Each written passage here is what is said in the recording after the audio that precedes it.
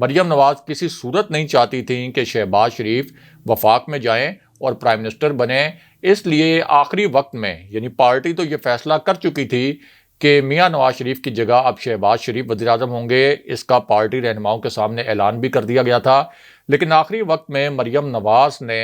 اس فیصلے کو ویٹو کر دیا اور مریم نواز نے کہا کہ نہیں، شہباز شریف وزیر اعظم نہیں بنیں گے، کیونکہ ان کو پتا تھا شہباز شریف وزیر اعظم بن گئے تو پھر میاں نواز شریف اور مریم نواز کی سیاست دفن ہو جائے گی، کیونکہ میاں نواز شریف تاحیات نااہل تھے، مریم نواز بھی نااہل تھیں، اس لیے ان کو پتا تھا کہ وفاق بھی ان کے ہاتھ سے نکل جائے گا، پنجاب بھی ان کے ہاتھ سے نکل جائے گا اور آہستہ آہستہ وہ ارریلیونٹ ہو جائیں گے۔ اس وجہ سے مریم نواز نے اس وقت میاں نواز شریف کے بڑے قریبی ساتھی اور اپنے وفادار ساتھی شاہد خاقان عباسی کو پرائم منسٹر بنوا دیا۔ تو اب شاہد خاقان عباسی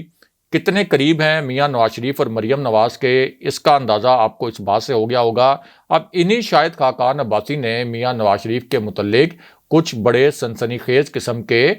انکشافات کیے ہیں، اور اب ان کا یہ کہنا ہے کہ میاں نواز شریف اصل میں واپس آ ہی نہیں رہے، یعنی جو پہلے بیانیہ بنایا گیا تھا کہ میاں نواز شریف جنوری میں آئیں گے، پھر کہا گیا فروری میں آئیں گے، پھر کہا گیا مارچ میں ایک لانگ مارچ جو ہو رہا ہے پی ڈی ایم کا، اس کو لیڈ کرنے کے لیے آئیں گے۔ اب شاہد خاقان عباسی نے کیمروں کے سامنے یہ کہا ہے کہ میاں نواز شریف واپس نہیں آ رہے اور علاج کے بعد ہی واپس آئیں گے، اور علاج کے بعد ہی واپس آنے کا مطلب یہ ہے کہ وہ کبھی بھی واپس نہیں آئیں گے جب تک ان کو ایک فیصلہ کن ڈیل کے متعلق 100% یقین دہانی نہیں کروائی جاتی کہ میاں صاحب آپ کے تمام مقدمات ختم ہو جائیں گے، آپ کو ایک دن بھی جیل نہیں جانا پڑے گا اور آپ یہاں مزے سے آ کر اپنے کیسز ختم کروا کے چوتھی مرتبہ پرائم منسٹر بن جائیں گے۔ لیکن ظاہر ہے کہ اس قسم کی کوئی بھی ڈیل اسٹیبلشمنٹ ان کے ساتھ کرنے کے موڈ میں نظر نہیں آتی، اور اس کی کوئی وجہ بھی نظر نہیں آتی کہ اس میاں نواز شریف کو، وہ میاں نواز شریف ان میاں نواز شریف کو جو کہ آج سے چند ہفتے پہلے تک اس فوج کو عالمی سطح پر بدنام کرنے کی کوشش کر رہے ہوں، عالمی سطح پر تنہا کرنے کی کوشش کر رہے ہوں، جنرل باجوہ پر الزامات لگا رہے ہوں اور جنرل فیض حمید پر الزامات لگا رہے ہوں، اور پوری فوج کے خلاف جو ریاست مخالف عناصر ہیں پاکستان کے اندر اور پاکستان کے باہر بھی، ان کے ساتھ مل کر اس ریاست کو بلیک میل کر رہے ہوں، تو اسٹیبلشمنٹ کیوں میاں نواز شریف کو اتنی بڑی ڈیل دے گی؟ لیکن اسی پوری صورتحال میں ایک ٹوسٹ بھی ہے، اور وہ ٹوسٹ یہ ہے کہ شاہد خاقان عباسی نے مریم نواز کے ایک خطرناک بیان کی نفی بھی کر دی، اور یہ نفی ان کو اصل میں کرنا پڑی کیونکہ مریم نواز نے ایک ایسا بیان دے دیا تھا جس کے متعلق سب کو معلوم تھا کہ یہ بیان بعد میں غلط ثابت ہو جائے گا۔ مسلم لیگ نون کو معلوم تھا کہ اس بیان پر بعد میں ان کو شرمندگی اٹھانا پڑے گی۔ یہ میڈیا کا دور ہے، کیمروں کا دور ہے، ہر بیان جو ہے وہ ریکارڈ ہو جاتا ہے، اور 4 5 6 دن کے بعد مریم نواز کا یہ بیان اسی طرح میڈیا پر چلنا تھا، اور پھر یہ کہا جانا تھا کہ مریم نواز کا یہ جو دعویٰ تھا، یہ جو ایک بیان کی صورت میں سامنے آیا کیمروں کے سامنے، یہ بھی غلط ثابت ہو گیا، کیونکہ مریم نواز نے یہ کہا تھا کہ حکومت مہینوں میں نہیں، ہفتوں میں نہیں بلکہ دنوں میں گرنے والی ہے، اور یہ بات انہوں نے کیمروں کے سامنے کہی۔ دنوں کا مطلب تو یہ ہے کہ ہفتوں میں بھی نہیں، دنوں کا مطلب تو یہ ہے کہ 6 7 دن میں، یعنی ایک ہفتہ بھی پورا نہیں ہوگا، یا زیادہ سے زیادہ 29 دنوں میں ایک مہینہ بھی پورا نہیں ہوگا۔ لیکن اب شاہد خاقان عباسی نے بھی اس معاملے پر یو ٹرن لے لیا اور یہ کہا کہ مریم نواز کا بیان اصل میں سیاق و سباق سے ہٹا کر نشر کیا گیا، یعنی مریم نواز کے کہنے کا ہرگز مقصد یہ نہیں تھا کہ یہ حکومت کوئی چند دنوں کی مہمان ہے، حالانکہ مریم نواز کا جو بیان تھا وہ بڑا واضح تھا، کیمروں کے سامنے یہ بیان دیا گیا تھا، کوئی نجی ذرائع سے یا نجی محفل میں یہ بات نہیں کی گئی تھی، لیکن چونکہ شاہد خاقان عباسی نے مریم نواز کو فیس سیونگ دینی تھی، ان کو معلوم تھا کہ مریم نواز کی مزید سبکی ہوگی، اس لیے اب ایک بہانہ بنایا گیا کہ مریم نواز کا یہ بیان سیاق و سباق سے ہٹ کر پیش کیا گیا۔ لیکن اسی معاملے میں ایک نیا موڑ بھی ہے، اور یہ موڑ ایک خطرناک پلان کے متعلق ہے، اور یہ جو پلان ہے اس حوالے سے بڑی خطرناک قسم کی اطلاعات آئیں، بڑے معنی خیز قسم کے دعوے کیے گئے، پھر جو اسلام آباد میں اقتدار کی راہداریاں ہیں وہاں پر ان اطلاعات کا بڑا زور رہا، اور اس حوالے سے کچھ تاریخوں کا ذکر بھی کیا گیا، اور یہ کہا گیا کہ یہ وہ تاریخیں ہیں جن میں یہ پوری گیم پلٹ جائے گی، یعنی تحریک انصاف کی حکومت رخصت ہو جائے گی، یا کم سے کم جو مائنس عمران خان فارمولے کے متعلق ایک اطلاع پھیلائی گئی تھی اس کے اوپر عمل ہو جائے گا۔ اور جو مائنس عمران خان فارمولہ تھا اس حوالے سے یہ کہا گیا کہ تحریک انصاف کی حکومت تو چلتی رہے گی لیکن عمران خان صاحب وزارت عظمیٰ سے ہٹ جائیں گے، اور اس طریقے سے تحریک انصاف کا کوئی اور رہنما وزیر اعظم بن جائے گا، 6 مہینے تک وہ حکومت چلائے گا، اور پھر اکتوبر دس ایئر یعنی 2022 میں وہ انتخابات کروا دے گا۔ اس قسم کے دعوے کیے گئے، لیکن یہ جو دعوے کیے گئے یہ اصل میں ایک تحریک عدم اعتماد کی پلاننگ کی بنیاد پر کیے گئے تھے۔ بڑا پراسرار قسم کا یہ موو تھا، اور اس تحریک عدم اعتماد کے متعلق یہ کہا گیا کہ اس کو اسٹیبلشمنٹ سپورٹ کرے گی اس موو کو، اور اسٹیبلشمنٹ جو ہے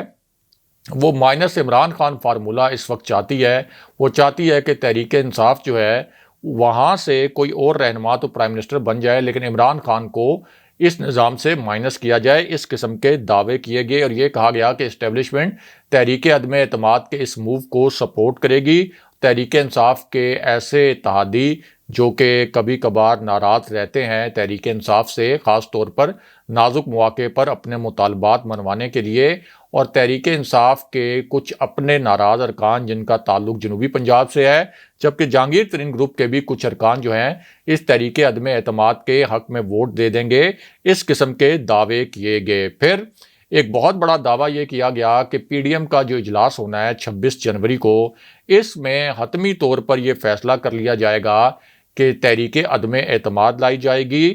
وزیر اعظم عمران خان کے خلاف، اور اس اجلاس کے حوالے سے خود پی ڈی ایم کے رہنما جو ہیں وہ آر یا پار کے الفاظ استعمال کرتے رہے۔ یہ الفاظ بھی انہوں نے استعمال کیے کہ 26 جنوری کو تخت یا تختہ ہوگا، اور جان بوجھ کر ایسی خبریں پلانٹ کروائی گئیں، ایسی خبریں لیک کروائی گئیں کہ 26 جنوری کو تحریک عدم اعتماد کی جو تاریخ ہے اس کا اعلان کر دیا جائے گا۔ دوسری جانب ایک دعویٰ یہ بھی تھا کہ عبوری حکومت جو ہے وہ قائم ہونے والی ہے، اور اس عبوری حکومت میں مسلم لیگ نون کے بھی کچھ رہنما شریک ہوں گے، شامل ہوں گے، اور دیگر جماعتوں کے بھی کچھ رہنما شامل ہوں گے، لیکن پرائمریلی ٹیکنوکریٹس پر مشتمل یہ عبوری حکومت ہوگی۔ لیکن اب یہ جو معاملہ ہے یہ بھی مکمل طور پر الٹ کر رہ گیا ہے، کیونکہ اب شاہد خاقان عباسی سے جب اس تحریک عدم اعتماد کے متعلق سوال کیا گیا تو انہوں نے یہ جواب دیا کہ اس وقت تحریک عدم اعتماد کا کوئی ماحول نہیں ہے، یعنی تحریک عدم اعتماد کے لیے ماحول ہمارے لیے سازگار نہیں ہے۔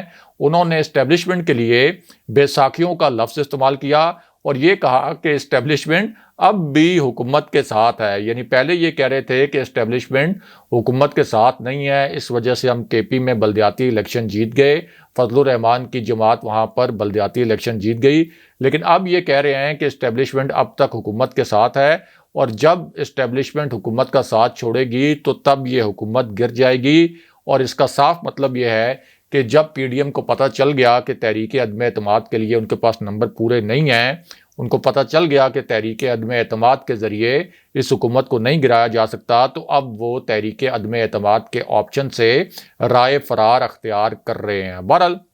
اب واپس آتے ہیں کہ 4 لیگی رہنماؤں کی ویڈیو لیک ہونے کی کہانی کیا ہے، اور مختصراً آپ کو یہ بھی بتاتے ہیں کہ چند لیگی لیڈرز کی army chief general Qamar Javed Bajwa سے ملاقات کے حوالے سے کیا نئے انکشافات کیے گئے ہیں۔ تو معاملہ یہ ہے کہ یہ انکشافات ایک ایسے وقت میں کیے گئے جب